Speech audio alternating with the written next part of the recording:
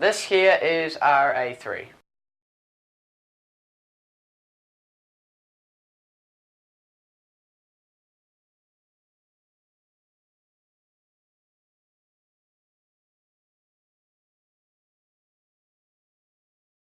Hey guys, so in this video I'll just be showing you my robotic arm.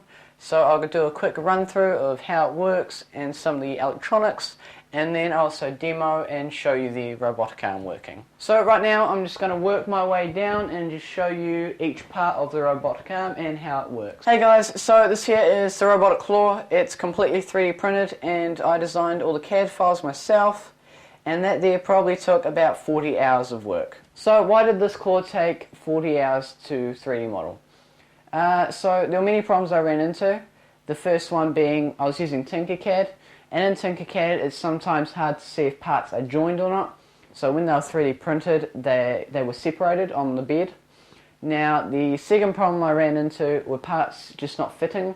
So in the CAD model it looked like they were fitting and they were right, but then when it was 3D printed they were too tight or too loose. The other thing was pretty much I just redesigned this robotic claw so many times. So this is the third prototype, and I've just redesigned it, keep going back and tweaking it and doing wee changes, and that time all added up. So it was about 40 hours of 3D modeling for that, excluding how long it took to actually print the parts. So moving on with the arm, first of all I'm just going to talk about the frame. So this here is aluminium. It's 50 by 50 box tubing with a 5mm wall thickness. So now to this part of the joint, this here is a 1 to 5 gear ratio, and it's powered by a stepper motor. This here has 3 Newton meters of torque. So these gears here are laser cut out of 12mm acrylic, and they are bolted onto some lathe cufflinks. Now these cufflinks have some grub screws, and that's what attaches them to the motor shaft, and the shaft are welded to the claw itself, and that allows the arm to move nice and smoothly. Now these big aluminium legs hold the threaded rod that's running through, and that threaded rod is what this arm pivots on, as well as these two big gears. So now onto the gears. So there's two 1 to 5 gear ratios, so up it's a 1 to 25, and that there is powered by the same motor as we've got up here. So this is 3 Newton meters of torque. So after all the gearing, at this point there is 75 Newton meters of torque. Now to the front steering. So this here is the same motor I've used in the rest of the arm. Now that there is just connected by a shaft to the front steering wheel, and that there just steers the whole cart. So now for how the robotic arm is connected to the controller. So there are 4 Ethernet plugs running from the controller box, and they just route out to the back here to this box here.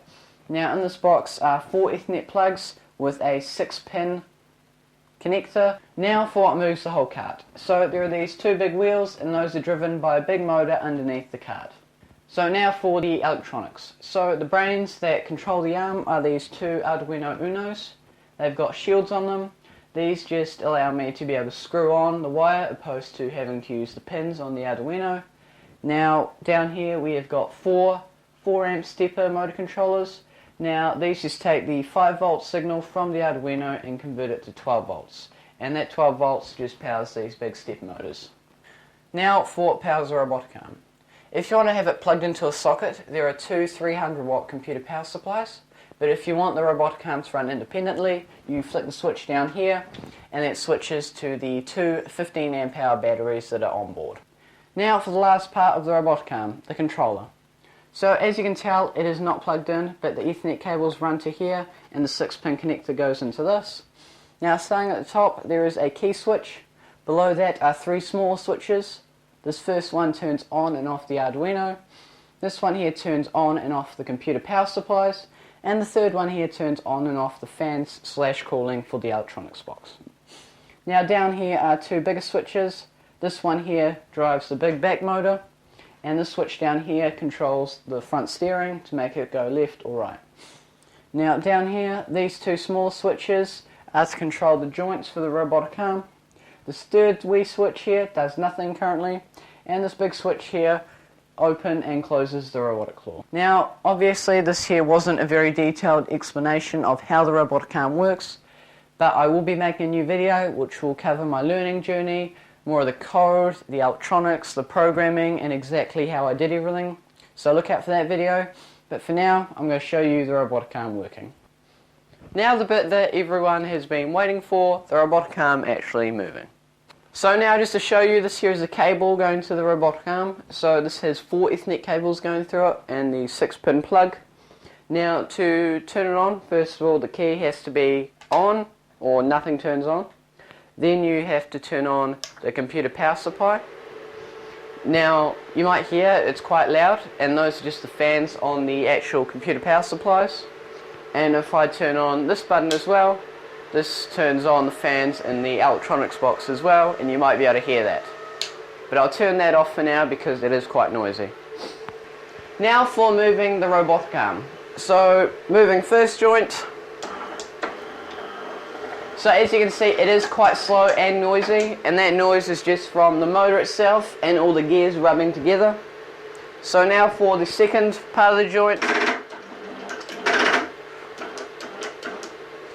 And now taking it back. And now for opening and closing the claw.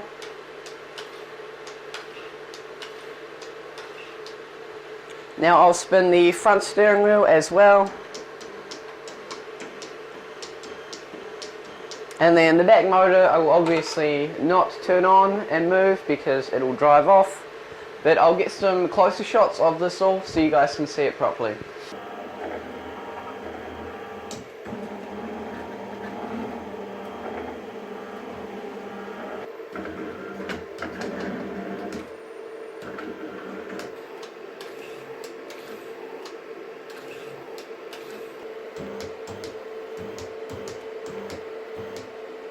So now I'll get the robotic arm to pick this piece of wood up.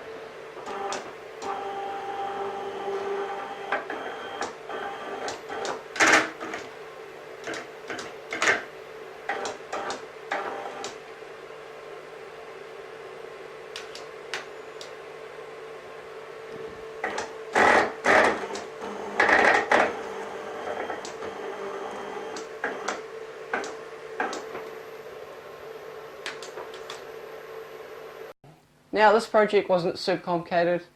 I mean, at the end of the day, someone with more knowledge than me could quite easily make this. It's got really basic programming, it's all hardwired to the switches, but it wasn't about building a really fancy robotic arm or a robotic arm that can lift a lot.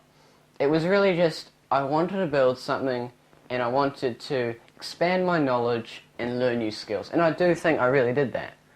Now, I learned how to weld, I learned how to use lathes, laser cutters, 3D printers, CAD. There was so much I've learned from this project, and of course I couldn't have done it without all the people who helped me. So the teachers at my school, some electrical engineers who I knew who were really helpful towards me in helping me do this. I even reached out to a few companies, and some of the engineers there came to help me, which was really nice of them, and I honestly could not have done it without all the support, so I'm really appreciative for that. Now anyway, this is probably the end of the robotic arm. I won't be expanding it, I won't be building anything new to it, and that's just because it's not really worth it. But I guarantee it, I'll definitely be building a new project after this. If it is a completely new robotic arm, or if it's completely something different, I am planning to definitely continue on building and expanding my knowledge. I want to get more into programming because this was quite basic. Now I don't feel like I know enough about the coding, so a big chunk of it, the code and things, I was helped out with. I want to get more into programming, I want to get more into engineering, I want to get better at CAD. So building new projects will pretty much just help me do that. So as I said, stay tuned on this channel. I guarantee it, there'll be new projects coming. I'm not going to stop. Now I really do hope you enjoyed this video. I love building this project.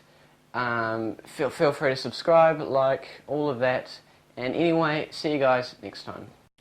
Now I just want to quickly jump in before the video ends. So if you guys want to see how I built this project, I've made a separate video. It's just a full time lapse of me building this from start to finish. So links in the description. Anyway guys, thank you very much for watching. Have a good day.